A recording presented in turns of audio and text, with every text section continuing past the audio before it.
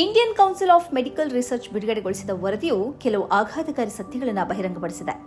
ಸಾಮಾನ್ಯವಾಗಿ ಸ್ಟ್ರೋಕ್ ಅಥವಾ ಪಾರ್ಶ್ವವಾಯು ಎಂಬುದು ಹಿರಿಯರಿಗೆ ಸಂಬಂಧಿಸಿದ ಸಂಗತಿ ಎಂಬ ಅಭಿಪ್ರಾಯ ಅನೇಕರಲ್ಲಿದೆ. ಯುವ ಸಮೂಹಕ್ಕೂ ಅದು ಸಂಬಂಧ ಇಲ್ಲ ಎಂಬ ನಿಲುವು ಹೆಚ್ಚಿನವರದು. ಆದರೆ Indian council of medical research ಬಿಡುಗಡೆಗೊಳಿಸಿದ ವರದಿಯ ಪ್ರಕಾರ ಸ್ಟ್ರೋಕ್ಗೆ ಒಳಗಾಗುವ ಪ್ರತಿ 7 ಮಂದಿಯಲ್ಲಿ ಒಬ್ಬರು 18 ರಿಂದ 44 ವರ್ಷದ ಒಳಗಿನವರು ಎಂಬುದು ಬಹಿರಂಗಕ್ಕೆ ಬಂದಿದೆ. 34,000ಕ್ಕಿಂತಲೂ ಅಧಿಕ ಸ್ಟ್ರೋಕ್ ಪೀಡಿತರಲ್ಲಿ ನಡೆಸಿದ ಅಧ್ಯಯನದ ಬಳಿಕ ಈ ವರದಿಯನ್ನು ತಯಾರಿಸಲಾಗಿದೆ. ಭಾರತದಲ್ಲಿ ಸಾವಿಗೀಡಾಗುವವರ ಪೈಕಿ ಸ್ಟ್ರೋಕ್ನಿಂದ ಸಾವಿಗೀಡಾಗುವವರು 4ನೇ ಸ್ಥಾನದಲ್ಲಿದ್ದಾರೆ. ಸ್ಟ್ರೋಕ್ನಿಂದಾಗಿ ಪಾರ್ಶ್ವವಾಯುಗೆ ಒಳಗಾಗುವವರು 5ನೇ ಸ್ಥಾನದಲ್ಲಿದ್ದಾರೆ. ಈ ಹಿನ್ನೆಲೆಯಲ್ಲಿ ಸ್ಟ್ರೋಕ್ನ ಬಗ್ಗೆ ಅತೀವ ಎಚ್ಚರಿಕೆ ಮತ್ತು ತಿಳುವಳಿಕೆಯನ್ನು ಸಾರ್ವಜನಿಕರು ಹೊಂದಿರಬೇಕು ಎಂದು ವರದಿ ತಿಳಿಸಿದೆ. ಒಟ್ಟು ಸ್ಟ್ರೋಕ್ಗೆ ಒಳಗಾದವರ ಪೈಕಿ 14% ಮಂದಿಯ ವಯಸ್ಸು 18 ರಿಂದ 44 ಒಳಗಡೆ ಇದೆ. ಇವರಲ್ಲಿ 75% ಮಂದಿ ಅಧಿಕ ರಕ್ತದೊತ್ತಡದಿಂದ ಬಳಲ್ತಾ ಇದ್ದಾರೆ. ಅಲ್ಲದೆ ಅತೀವ ಮದ್ಯಪಾನ, ಧೂಮಪಾನ ಮತ್ತು ಶುಗರ್ ಸಮಸ್ಯೆಯಿಂದಲೂ ಇವರು ಬಳಲ್ತಿದ್ದಾರೆ ಎಂದು ವರದಿ ತಿಳಿಸಿದೆ. ಪುರುಷರ ಪಾಲಿಗೆ ಮದ್ಯಪಾನ ಮತ್ತು ಧೂಮಪಾನ ಬಹಳ ದೊಡ್ಡ ಸಮಸ್ಯೆಯಾಗಿದೆ. ಮಹಿಳೆಯರಲ್ಲಿ ಶುಗರ್ ಮತ್ತು ಅಧಿಕ ರಕ್ತದೊತ್ತಡ ಮುಖ್ಯ ಕಾರಣವಾಗಿದೆ. ಯಾರಾದರೂ ಸ್ಟ್ರೋಕ್ಗೆ ಒಳಗಾದರೆ ಆರಂಭದ 60 ನಿಮಿಷಗಳನ್ನು ಗೋಲ್ಡನ್ ಅವರ್ ಅಂತ ಪರಿಗಣಿಸಲಾಗುತ್ತದೆ.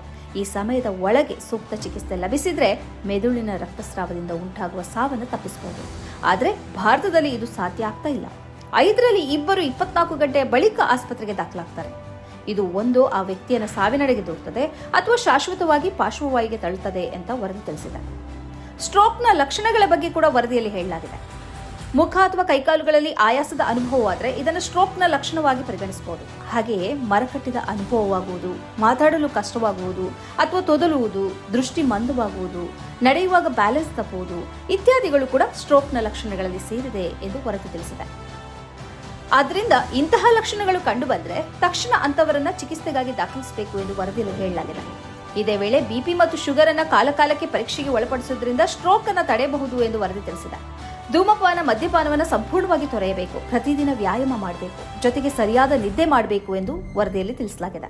ಆದ್ದರಿಂದ ಸ್ಟ್ರೋಕ್ ಎಂಬುದು ಹಿರಿಯರಿಗೆ ಸಂಬಂಧಿಸಿದ್ದು, ಅದಕ್ಕೂ ನಮಗೂ ಸಂಬಂಧ ಇಲ್ಲ ಎಂದು ಯುವಕರು ಮತ್ತು ಮಧ್ಯವಯಸ್ಕರು ನಿರ್ಲಕ್ಷ್ಯ ತಾಳಬೇಡಿ. ವ್ಯಾಯಾಮ ಮಾಡಿ, ಮದ್ಯಪಾನ, ಧೂಮಪಾನ ಇತ್ಯಾದಿಗಳನ್ನು ಸಂಪೂರ್ಣವಾಗಿ ವರ್ಜಿಸುವ ಮೂಲಕ ಆರೋಗ್ಯಪೂರ್ಣ ಬದುಕನ್ನು ನಿಮ್ಮದಾಗಿಸಿಕೊಳ್ಳಿ. ಈ ಕಾರ್ಯಕ್ರಮದ ಪ್ರಾಯೋಜಕರು Gadiyar group of companies, specialised in piling and shoring, engineering consultancy, firefighting, steel structures, real estate. Office, SIT Tower, Silicon Oasis, Dubai, UAE. ಸ್ನೇಹಿತರೆ, ನಿಮ್ಮ ಅದ್ಭುತ ಬೆಂಬಲದಿಂದ ಸನ್ಮಾರ್ಗ ನ್ಯೂಸ್ ಚಾನೆಲ್ ಈಗ 2 ಲಕ್ಷ ಸಬ್ಸ್ಕ್ರೈಬರ್ಗಳನ್ನು ದಾಟಿದೆ. ಇದು ನಮ್ಮ ಯಶಸ್ಸಲ್ಲ, ಇದು ನಿಮ್ಮ ಯಶಸ್ಸು. ನಮ್ಮ ಮುಂದಿನ ಗುರಿ 4 ಲಕ್ಷ. ಇದು ಕಷ್ಟವಲ್ಲ. ನೀವು ಮಾಡಬೇಕಾದದ್ದು ಸಿಂಪಲ್. ನೀವು ಸನ್ಮಾರ್ಗ ನ್ಯೂಸ್ ಚಾನೆಲ್ ವಿಡಿಯೋವನ್ನ ನಿಮ್ಮ ಸ್ನೇಹಿತರಿಗೆ, ಕುಟುಂಬದವರೊಂದಿಗೆ ಹಂಚಿಕೊಳ್ಳಿ ಮತ್ತು ಅವರಲ್ಲೂ ಸಬ್ಸ್ಕ್ರೈಬ್ ಮಾಡಲು ಹೇಳಿ. ನೀವು ಶಕ್ತಿಯನ್ನು ಕೊಡಿ, ನಾವು ನಿಖರ ಸುದ್ದಿ ಕೊಡ್ತೇವೆ. ಧನ್ಯವಾದಗಳು.